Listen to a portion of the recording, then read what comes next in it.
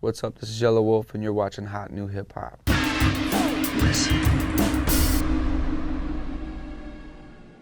For Love Story, I just got into a zone that allowed me to just completely be free, you know, honest and open, completely with myself and the fans. You know, I've alluded to this style for a long time, whether it had been making a reference to it in a verse or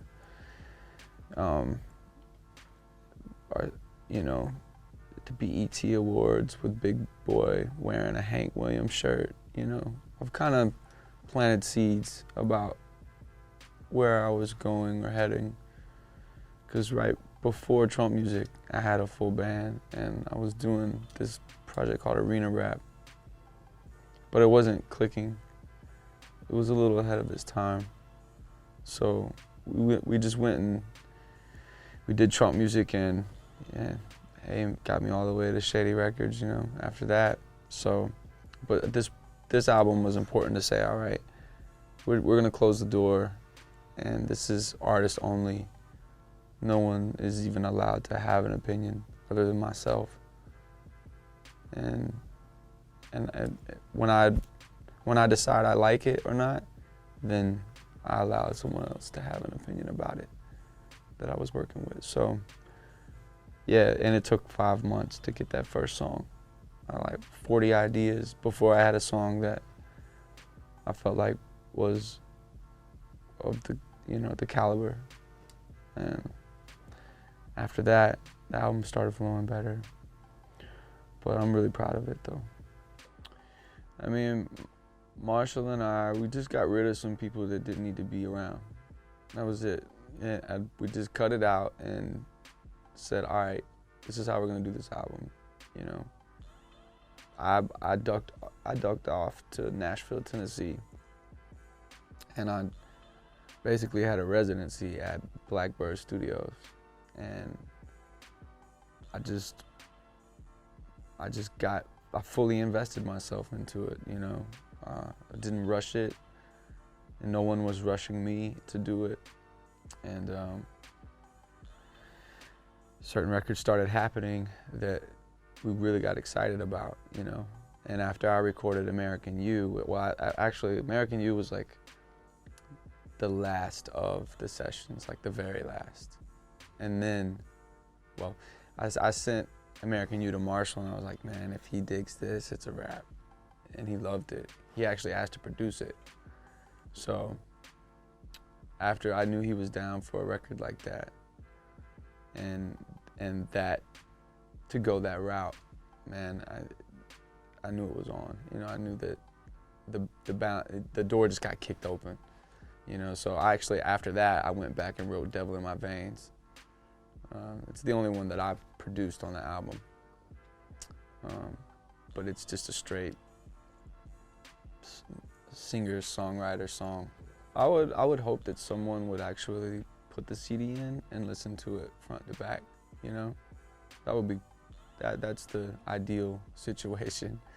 And instead of like picking singles, because it's the way that we put this one together, it flows well.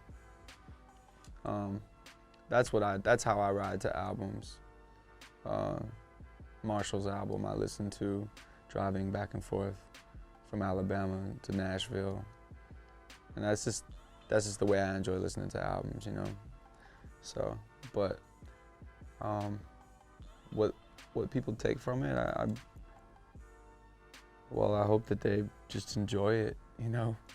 And music is, you know, everybody will have a different fave. Everybody will, you know, interpret it differently. Well, when I wrote Best Friend, I knew that I had something special, you know. It was a great song as it was. And I thought if I could get Marshall to buy into the concept of this record, it would just be phenomenal, you know. And I just crossed my fingers, man, and sent it to him like, man, I'd really like to hear you on this one, you know, because me singing and just handing it off, like, for him to just kill it, you know. I thought the juxtaposition of that, you know, no one's seen us like that, and no one's absolutely heard a song like that from me. And then content-wise, I don't think Marshall's ever hit on those particular things, you know?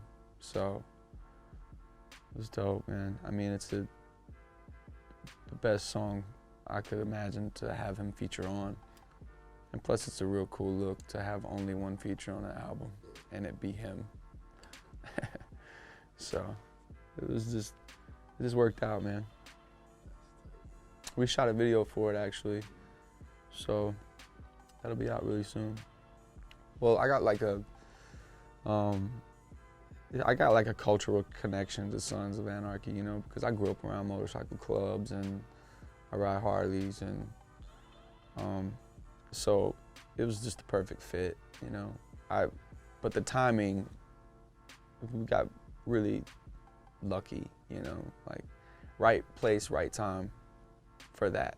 And, you know, for the director to, you know, edit an entire montage to that record, yeah, I was honored, you know. And but it did make sense. It was a perfect fit. So it was a perfect way for people to first hear the record. Yeah.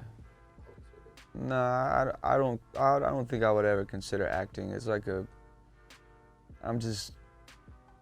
maybe someday, like way down the line, you know, if they need a tattooed old man to come crash the party or whatever. I don't know, man.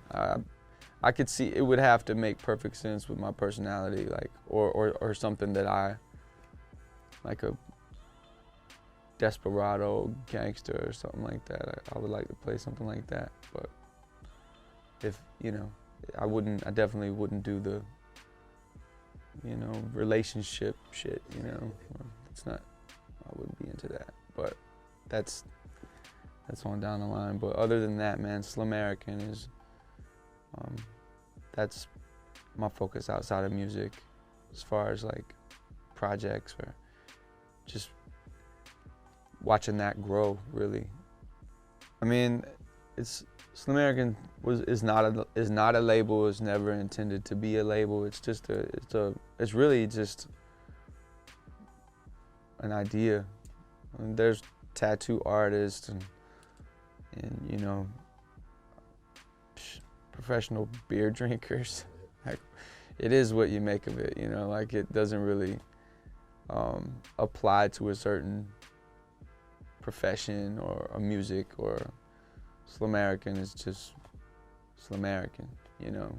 And if I ever did do a label, I definitely wouldn't call it a label, because I wouldn't want to.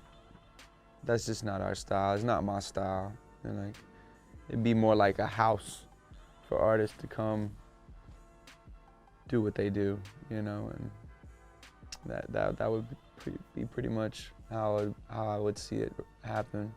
But Slamerican is, you know, there's more Slamerican tattoos out there than we have sold shirts. So it's a real connection with people, you know. They get it. And if you get it, you know, it's definitely like it defines you, you know, it defines who we are. I mean, something really big happened during the Best Friend video shoot. I actually did a Slum Shady instead of Slim Shady. Slum Shady shirt from Marshall, and he rocked it. He loved it and he wore it. He rocked it for a photo for us. So that'll be available on our site, slamerican.com. Slum Shady shirt. I mean, I got this really cool tour coming up in September where we're gonna be doing the whole tour strictly on Harleys. So no bus, no nothing. We'll be starting in Nashville, and then we'll go Chattanooga, stay the night. Next day, bike out to Birmingham, and then Montgomery, and then Atlanta, and then ending in Nashville for the first of Slamerican Festival. It'll be at Boswell's Harley Davidson. So September 14th through the 19th. Sounds crazy. Bring your bike and ride. Fans, anything goes, you know. If you want to come ride, you can ride on it. I'd like to see, you know, a few hundred bikes rolling down the highway. It would be tight. All right, my name is Yelawolf. Thank you for watching. Love Story is in stores right now. You can also pick it up at yelawolf.com or shadyrecords.com. Thank you. You know who Young Thug is? Young Thug. Which Thug? The blonde one? The blonde one. Which And he wears dresses? Lindsay Lohan? She's a young Thug, man. She's a Thug. Don't even look at me like that. Yeah, I know Thug. Young Thug is a famous young singer. Lifestyle. Do you think you'd ever serve breakfast? Because I hear you're not too big on that either. I hate breakfast. But the other day, we was in Chicago. I forgot the name of the place we went, but they had the craziest quinoa, doves in Chicago. They had quinoa.